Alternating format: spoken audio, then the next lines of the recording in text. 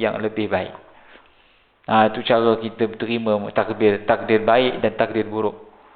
Takdir baik ke, takdir buruk ke, bagi orang beriman baik belaka. Senyum je. Tak ada pun sedih. Ayah, handphone hilang, alhamdulillah. Mak, handbag hilang, alhamdulillah. Ayah, handphone mak pegang, astaghfirullah. Kenapalah mak kau pegang handphone ayah? Macam-macam cerita lah. Jadi handphone kena simpan password. Mak kau tahu ke password? Baru tahu. Lah, siapa? Kenapa? Macam mana mak tahu? Saya dah beritahu. Aduh, anak belalang tak simpan rahsia. Ayah keluar tablik 3 hari kata. Terus keluar tablik 3 hari pasal takut nak jawab. Tu sekian dimaklumkan. Ada yang gentleman, awak tak percaya dengan saya, sila pegang handphone saya. Dia pun bangga tengok suami I. Handphone dia bagi I pegang. Dia tak tahu suami dia ada handphone backup lagi. Satu lagi dia simpan. Tadi confident dia pegang handphone suami, satu lagi dia ada satu lagi. Patutlah laki aku ni seminggu handphone tak tengok okey je. Rupanya ada satu lagi. Handphone tu simpan kat pejabat je. Tak diusik. Itu orang kata pandai temberang. Orang lelaki ni dia panjang akal dia. Tenang. Jangan disangka air yang tenang. Tak ada buaya, tenang je. Tapi bukan di sinilah. Dia di tempat lain. Mungkin belah Melati. Desa Melati, Wangsa Melati okey insyaAllah. Belah Melati belum tentu lagi. Di tempat orang boleh cerita tak? Tempat sendiri tak boleh cerita. Hendaklah setiap mukmin melazimkan diri berdoa pada semua waktu. Sama ada waktu susah maupun senang lenang. Sesuai dengan sabda Nabi SAW, ta'arraf ila Allahi fir raha ya'rifka fis syiddah. Jika kamu kenal Allah pada waktu senang, nescaya Allah akan ingat kamu pada waktu susah. Jadi kalau kita senang, kita ingat Allah, maka Allah ingat kita pada waktu susah. Bila kita senang ni, ingat Allah. Ya Allah, terima kasih kau beri aku nikmat. Bila kita susah, ya Allah, ingatlah aku ya Allah. Di padang mahsyar, hiruk pikuk manusia, Allah akan panggil kita. Kerana kita selalu ingat Allah. Sebab itu, sahabat-sahabat Nabi SAW pilih untuk hidup bersusah-susah. Dia tak pilih hidup senang. Walaupun mereka kaya. Sahabat Nabi SAW kaya. Ya Allahu Akbar. Tapi mereka pilih cara hidupnya. Cara hidup orang susah.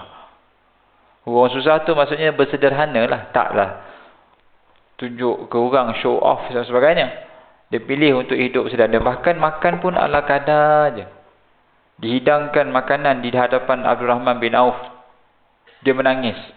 Orang pun terkejut. Wahai Abdul Rahman, kenapa kau menangis? Engkau adalah sahabat Rasulullah SAW yang kami nak muliakan. Makanlah. Dia menangis. Dia kata, aku tak boleh makan. Macam mana aku nak makan sedangkan kekasihku Muhammad telah pun mendapat nikmatnya di syurga. Aku risau nikmat makanan ini akan mengurangkan nikmat aku di sisi Allah. Itu sahabat. Jadi tuntutan kaya adalah tuntutan yang sangat bagus. Tapi tuntutan untuk maintain lifestyle itu tuntutan yang jarang kita nak highlightkan. Maksudnya maintain lifestyle. Banyakkan infak sedekah. Itu sahabat. Sabdanya Nabi, sabda lagi sallallahu alaihi wasallam, sabda man sarrahu ay yastajib Allahu lahu 'inda syada'id wal qurabi wal falyukthirid du'a fi halatir raha. Sesiapa yang ingin Allah agar Tuhan kabulkan permohonannya pada waktu susah dan sempit, maka hendaklah dia banyak doa pada waktu senang. Jadi sebab itu ulama-ulama Nusantara ni dia suka buat event doa. Dan sebab bila senang ni doa banyak. Jadi dia ada doa selamat menjam. Malam Jumaat doa, masuk rumah baru doa, baby lahir doa, cukur jambul doa, doa menjam. Sebab apa? Sebab inilah ingat Allah ketika senang tu. Dah baby lahir, sallallahu ala Muhammad, selawat doa selamat sikit Ustaz, amin. Ustaz, saya nak pergi umrah, doa sikit Ustaz. Masuk rumah baru, doa sikit katanya. Berdoa ketika senang. menjadi asbab untuk dikabulkan ketika susah. Kesimpulannya, bahawa doa atau bermohon kepada Allah Ta'ala itu adalah di antara nikmat yang amat besar yang pernah dikurniakan Allah kepada hamba-Nya. Ketika Allah memerintahkan atau memesan kita supaya berdoa. Ya, Allah Ta'ala yang suruh kita berdoa. Udu'uni astajib lakum. Kau minta lah, aku pasti akan bagi. Cuma yakin tak yakin kita dengan Allah Ta'ala punya kabul tu. Kalau bos kata, tuan-tuan, semua staff kita akan bagi bonus tahun ni 2 bulan bonus. Kita takkan cakap, kita dah takkan ragu-ragu dah. Sebab apa? Sebab CEO yang buat announcement 2 bulan gaji bonus. Ke kita ragu-ragu juga? Kalau bos tak bagi, apa jadi? Kita, apa ni bos? Malu saya nak jawab dengan staff bawah. Bos dah buat announcement masa town hall 2 bulan ha? Mesti 2 bulan. Sebab, dan kita yakin bos boleh deliver ni. Pasal bos cakap tu sebab dia dah dapat approval pada board dah, semua clear dah. Tinggal nak sebut dia. Standard lah gitu. Dah Allah kata, kamu doa aku bagi. Allah Ta'ala pada kedudukan yang maha pemurah. Maha pemberi. Maha. Kita kalau pergi majlis orang kahwin, ada orang yang duduk bahagian bunga telur tu. Dia tugas dia bagi kat semua orang. Orang tak nak pun dia bagi. Orang kalau pergi kat lift tak ambil, tak pegang goodies, dia kejar tu. Bang, tunggu. Kenapa dik? Nah. Tadi dah ambil dah masa masuk. Tak ada pun bawa balik. Kena bawa balik kat aku? Kena ambil itu. Lagi nak habis event, lagi orang dah tak ada dalam dewan, lagi banyak ni, lagi dia cuak. Alamak, macam mana ni? Ambil dah 3 bang. Ambil 5. Nak bagi habis bunga telur. Kalau kita tak datang, ada telefon. Ustaz tak datang anak saya kahwin. Allah minta maaf lah Haji. Tunggu jap, saya bagi buah tangan. Kita ingat makanan pengantin. Tak ada. Dia bagi goodies tu lah. 5. Masalahnya semua kuih bahulu pula tu. Waduh. Mana aku nak makan kuih bahulu ni? Alah ustaz makanlah buat sahur. Mana buat sahur pula dah ada punya alasan. Aduh. Kita tengok bahulu tu siapa nak makan. Sampai kadang-kadang tu dah berkulat dah. Simpan datang meja. Abang, abang orang bagi tak makan. Macam nak makan, dia suruh makan time sahur. Ustaz bagi saya, kalau dapat macam tu, saya bagi ke Pak Gad seorang, bagi ke tak kat masjid. Tuan-tuan silakan makan. Dia pun dah tak tahu nak bagi siapa, bagilah ke Ustaz. 5 lebih berkat katanya. Dia ingat Ustaz ni ke berkat belaka. Makanan dia tak ke Ustaz. Ustaz tunggu sekejap saya nak datang. Tak apa. Tak apalah tunggu kejap. Tiba-tiba meja depan rumah saya tu penuh makanan. Siapa dah letak? Ada mesej. Ustaz silalah makan. Dia ingat perut saya. Perut Ustaz ni perut apa? Tangki apa dah. Semua orang letak ke rumah Ustaz. Allahu Akbar. Kadang-kadang termenung saya. Apalah nasib aku ni. Nak kata banyak nikmat juga. Tapi banyak datang ni bala juga ni. Peti ais tu penuh makanan. Seminggu, 2 minggu, beku dalam tu. Kalau daging korban lagi lah. Penuh plastik. Prasus masjid ni, surau ni. Semua bagi satu kati. Semua nak bagilah kat Ustaz. Yang mengajar kami semua dapat Ustaz. Ya, okeylah. Letak dalam peti ais. Saya pun basuh, potong kecil-kecil, agihkan balik. Kat orang dekat kampung-kampung yang tak ada daging. Dapatlah juga pahala. Jadi subhanallah. Allah Subhanahu Wa Taala sangat merindui doa kita. Jadi Allah pada position yang sangat pemberi, maha pemberi. Jadi jangan pernah rasa ragu-ragu bila berdoa. Kita kena didik perasaan kita bila berdoa pada the right person. Kita minta cuti, kita jumpa the right person dah. Memang confirm, bos. Kan kata cuti itu, saya isi borang kan bos? Memang confirm cuti. Boleh cuti. Apa perasaan kita bila bos kata, okey kau cuti? Kita rasa dah tak ada doubt dah. Tak ada ragu-ragu dah. Bos kata kau cuti. Ni dah Allah kata, minta aja aku pasti bagi. Aku pasti bagi. Udu'uni astajib lakum. Allah gunakan lafaz jazam. Jazam ni syarat. Dia ada syarat, jawab syarat. Apa syarat dia? Udu'uni. Apa lagi? Astajib lakum. Udu'uni, fi'il amar, doalah. Apa dia jawapan dia? Astajib lakum, aku pasti akan kabulkan. Kalau bukan jazam, astajibu lakum. Dia ada ya, dia ada dhammah. Astajibu lakum. Kamu doalah, aku akan kabulkan.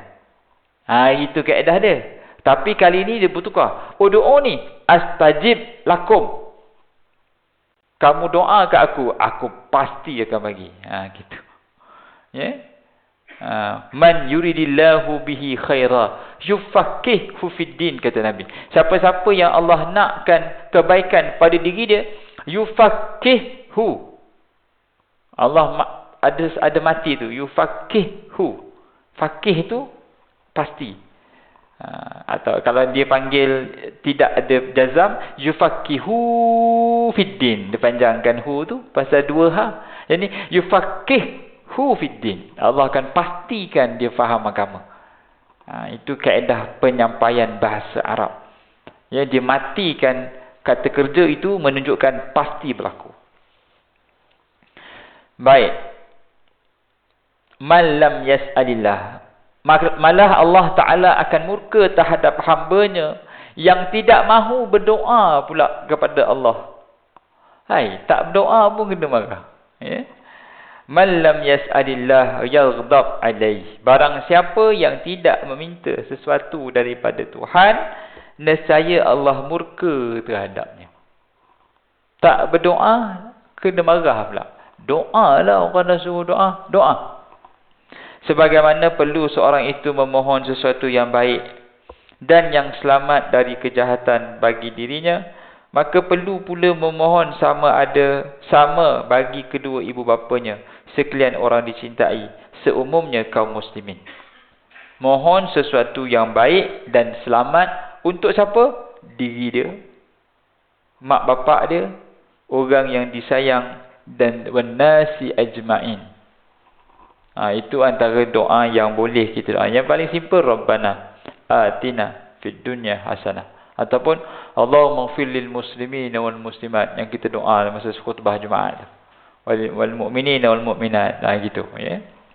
Awas, jangan sesekali memohon sesuatu yang tidak baik atas diri sendiri, atau ke atas anak-anak sendiri, atau ke atas harta benda atau sesiapa pun dari hamba-hamba Allah. Andai kata ia dizalimi oleh seseorang, maka hendaklah dia menyerahkan perkara itu kepada Allah serta redha dengan pembelaan Allah terhadap dirinya, sesuai dengan hadis man da'a ala man zalamah qadarin tasara. Sesiapa yang doakan atas orang yang zaliminya, maka ia telah membela dirinya sendiri. Maksudnya kalau kita dizalimi, afdalnya kita doakan agar dia diberikan hidayah. Bagaimana Nabi SAW dibaling batu, Nabi kata, Allah mahdi qaumana fa innahum la ya'lamun. Wahai Allah, berilah hidayah pada kaumku, sesungguhnya dia tak tahu. Kalau kita dizalimi, kita boleh doakan keburukan dia. Tetapi waraknya seseorang itu, dia doakan agar dia diberikan hidayah. Boleh doakan kemusnahan. Sebagaimana Nabi Muhammad SAW mendoakan kemusnahan kepada Abu Jahal. Tapi itu dah memang peak dah tu. Memang kerja dia nak bunuh Nabi. Itu dah peak dah. Tapi kalau orang tu buat zalim ke kita, tak sampai bunuh pun. Mungkin dia sailang projek dia. Ya Allah, berikanlah projeknya tu maju, Ya Allah. Gitu. Tapi tu yang pedih tu. Dia sailang projek kita, tapi nak macam mana? Terlan jugalah. Tapi susah. Tapi boleh. Kalau dibuat itu, maka itu adalah salah satu cara nak mendapat doa daripada para malaikat. Sebenarnya tiada guna memohon sesuatu yang tidak baik ke atas orang yang zalim atau seumpamanya. Malah sebaliknya, hendaklah dia memohon bagi orang itu sesuatu yang baik baginya daripada yang tidak baik. Kerana yang demikian itu adalah sifat hamba-hamba Allah yang pengasih. Maksudnya sebelum kita nak mengundang sayang Allah pada kita, kita mesti bersifat penyayang. Sebelum kita nak Allah berikan pengampunan pada kita, kita mesti bersifat pengampun. Kan itu yang Nabi sebut pada malam nisfu Sya'ban, Allah ta'innallaha la yattali'u ila jami'il khalqihi fi yawmin nisfi Sya'ban, fi lailin min nisfi Sya'ban. Sesungguhnya Allah Ta'ala melihat pada hamba-hambanya pada malam nisfu Sya'ban untuk diampunkan dosa. Kecuali al-musyrik wal-musyahin. Kecuali orang yang syirik dan orang yang berdendam. Orang yang berdendam, dia tak layak dapat pengampunan. Macam mana Allah nak berikan pengampunan kepada orang yang menyimpan dendam dalam diri dia? Dia sendiri tak bersedia memaafkan orang, lepas tu dia minta Allah maafkan dia. Jadi tak adil. Allah Ta'ala nak tengok seseorang itu boleh memaafkan orang lain, maka dia layak untuk dimaafkan. Jadi dalam hidup kita ni tuan-tuan perempuan, kalau nak dapat redha Allah, nak dapat pengampunan Allah, mesti bersifat dengan redha dan pengampunan itu. Raditu billahi rabba wa bil islami dina wa bi Muhammadin nabiyyan wa rasula. Aku redha engkau sebagai Tuhan ya Allah. Aku redha Muhammad sebagai nabi. Aku redha Islam sebagai agama. Redha di sini, sebelum kita nak dapat redha Allah, kita kena maafkan salah orang. Doa-doa yang utama daripada Siti Aisyah radhiyallahu anha bahwasanya Rasulullah sallallahu alaihi wasallam suka memilih doa-doa yang lengkap, padat, yang menghimpunkan perkara-perkara penting mengenai urusan dunia dan akhirat dan meninggalkan selainnya. Di antara doa-doa Nabi yang padat itu ialah Allahumma inni as'aluka al-afiyah fid dunya wal akhirah.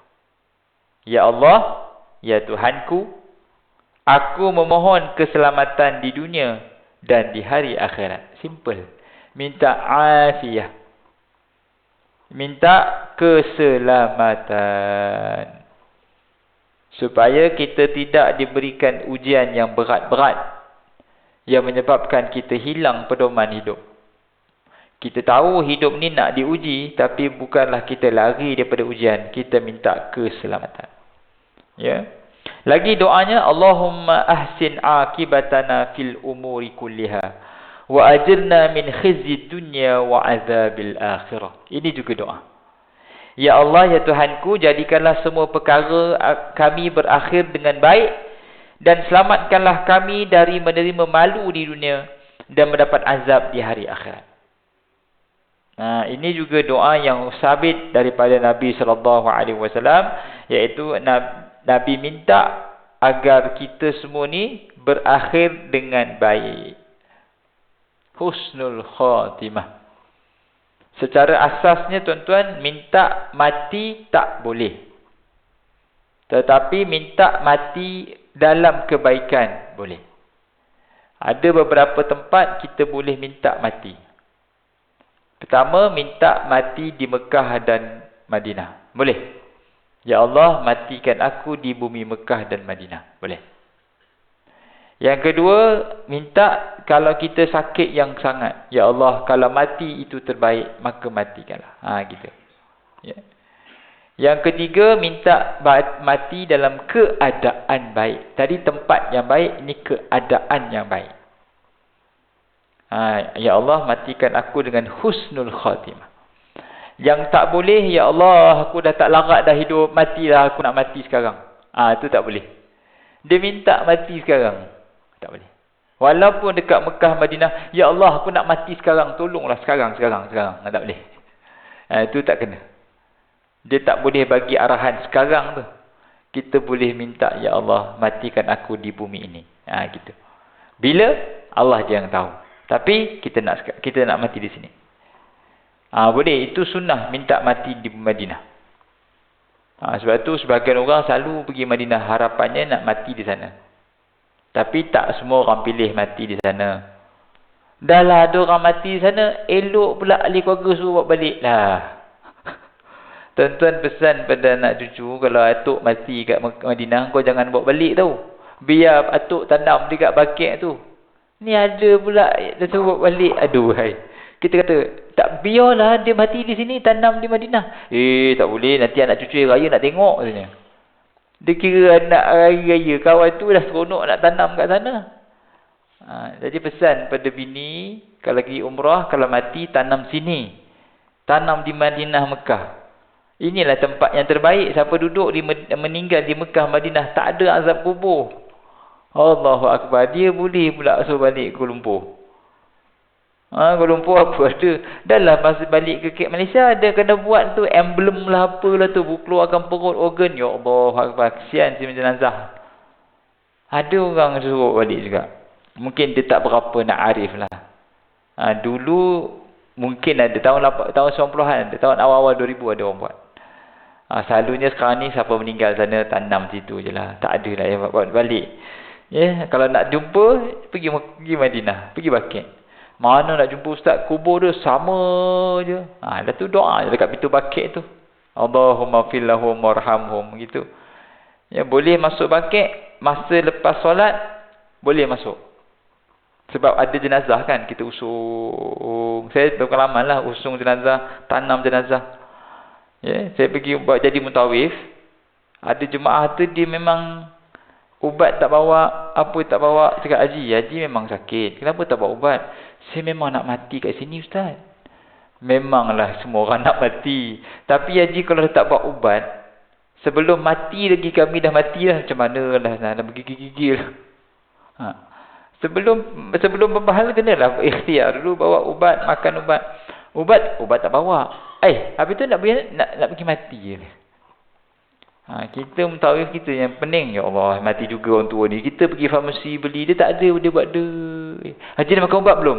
Belum. Anak dia beri ustaz, tolong dia makan ubat ya. Dah jadi nurse pula mutawif. Tu penat jadi mutawif. Saya kata tobat lahum dah. Aku tak nak jadi mutawif dah, penat. Sebab nak kena jaga semua orang. Kita lah nurse, kita lah housekeeping, kita lah penjaga hotel. Gula dah habis ni nak buat teh tu. Ustaz, gula habis. Apa masalah? Pergilah minta ke hotel. Ustaz lah minta, ustaz bercakap Arab. Aduh. Ustaz, bilik saya aircon tak ada. Aircon tak ada pun. Tuala pula tak ada. Tuala tak ada. Kalau jadi mutawif memang menyerap dia kadang-kadang. Kalau dia kenal tak apa, yang tak kenal. Dia ingat kita ni budak sekolah mana dah. Awak kan wakil syarikat, saya bayar tau. Okey. Saya tahu. Tempat sini memang tempat diuji. Jangan cari alasan. Susah. Dan sekarang ni cakap kat kawan tu, tak apalah, saya surrender lah. Kalau ada masa kan saya pergi. Saya tak nak jadi mutawif dah. Kalau orang lain tak ada pilihan, mungkin dia nak jadi mutawif lah. Sebab tu sekarang ni syarikat-syarikat semua dah ada orang di sana. Jadi ustaz yang datang ni dia bimbing je. Yang dari sudut teknikal semua dah siap dah. Tapi ada yang nak pergi DIY, maka kena faham lah. Do it yourself. Nak pergi umrah sendiri. Sekarang ni murah lah. DIY, umrah DIY murah. Do it yourself. Pergi sendiri je. Siapa yang dah pernah pergi kali pertama, kali kedua, tak payah kalang kabut. Pergi DIY je. Pergi apply visa, beli tiket, sampai Mekah, hotel Madinah Mekah banyak kosong. Tak payah kalang kabut. Sebab Mekah macam dulu. Dulu memang beramai orang. Sekarang Madinah kosong, hotel banyak shutdown, tutup. Dia dah suruh tidurlah, tak ada siapa nak jaga hotel. Sekarang ni syarikat umrah pula pening. Macam mana? Flight tak banyak, mutawif pun tak ada. Sebab flight dia reducekan the amount. Jadi satu flight tu dibagi penuh baru jalan. Kalau tak penuh, sudah. Jadi syarikat nak kena setting mutawif lagi. Mutawif pula tak ada. Flight esok, hari ni cari mutawif. Siapa boleh mutawif? Siapa ready? Tak ada mengarut macam tu. Penat. Penat. Jadi subhanallah, antara doa yang boleh kita doa adalah mati di Madinah. Kita di sini minta, ya Allah, aku nak mati di sana. Boleh minta. Antara doa lain, Allahumma rzuqni tayyiban wasta'milni salihan. Ya Allah, berikanlah aku rezeki yang baik dan jadikanlah kami di kalangan orang yang saleh. Wasta'milni salihan. Jadi minta Allah rezeki yang baik. Minta rezeki yang baik-baik, dan kita juga minta, Nabi minta agar jadi orang yang melakukan amalan yang baik. Allahumma alhimni rushdi wa'idni min syarri nafsi. Tunjukkan aku ke jalan redamu dan lindungilah aku dari kejahatan diri sendiri. Itu doa Nabi SAW antaranya minta Allah ilham, hidayah, iaitu untuk buat baik. Fa'alhamaha fujuraha wa taqwaha. Antara perkara yang Allah berikan pada kita, tuan-tuan, adalah ilham untuk buat fasik dan buat takwa. Fa'alhamaha fujuraha wa taqwaha.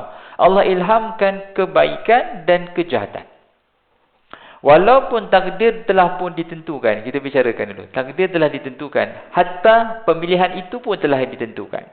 Tapi Allah rahsiakan ketentuan itu. Lalu Allah berikan dua takdir. Dua pilihan. Pilih. Lalu kita pilih pula maksiat. Habis. Bila Allah bagi peluang untuk buat ketaatan, di saat itu kita berada di persimpangan. Jadi selalulah pilih yang baik. Setara pilih yang baik pun belum tentu ke syurga. Apatah lagi kalau pilih yang tak baik. Gitu cara memandang takdir. Setara buat soleh pun tidak ada jaminan dia boleh ke syurga. Apatah lagi kalau buat maksiat. Sedangkan buat baik itu jalan ke syurga. Itu cara kita memandang takdir. Lalu selalulah minta pada Allah, ya Allah ilhamkan aku jalan yang lurus. Ihdinas siratan mustaqim. Ya Allah tunjukkan aku jalan yang lurus. Jadi tuan-tuan, itu antara beberapa doa panjang. Banyak juga doa-doa yang disebut oleh Nabi SAW. Jadi tuan-tuan, antaranya Allahumma kama hasin khalqi fahasin khuluki. Allahumma inni as'aluka huda wa tuqa wal afafa wal ghina. Allahumma ja'al sarirati khairan min alaniyati waj'al alaniyati salihah. Allahumma inni as'aluka ilman nafi'a wa as'aluka rizqan tayyiba wa as'aluka amalan mutaqabbala. Allahumma ja'al khaira umri akhirah wa khaira amali khawatimah wa khaira ayyami yawman liqa'ik. Allahumma arinil haqqa haqqa warzuqni ittiba'ah wa arinal batila batila warzuqni ijtinabah. Allahumma astur auratina wa amin rawatina. Ini antara doa yang boleh kita baca. Tuan-tuan boleh buka surat 269, kopi, snap gambar, hafal dan amalkan insya-Allah. Jadi apa yang baik itu pada Allah Taala, yang kurang itu kelemahan di saya. Kullu madza tasma'un aqulu qawli hadza wa astaghfirullahal azim li wa lakum. Wassalamu alaikum warahmatullahi wabarakatuh.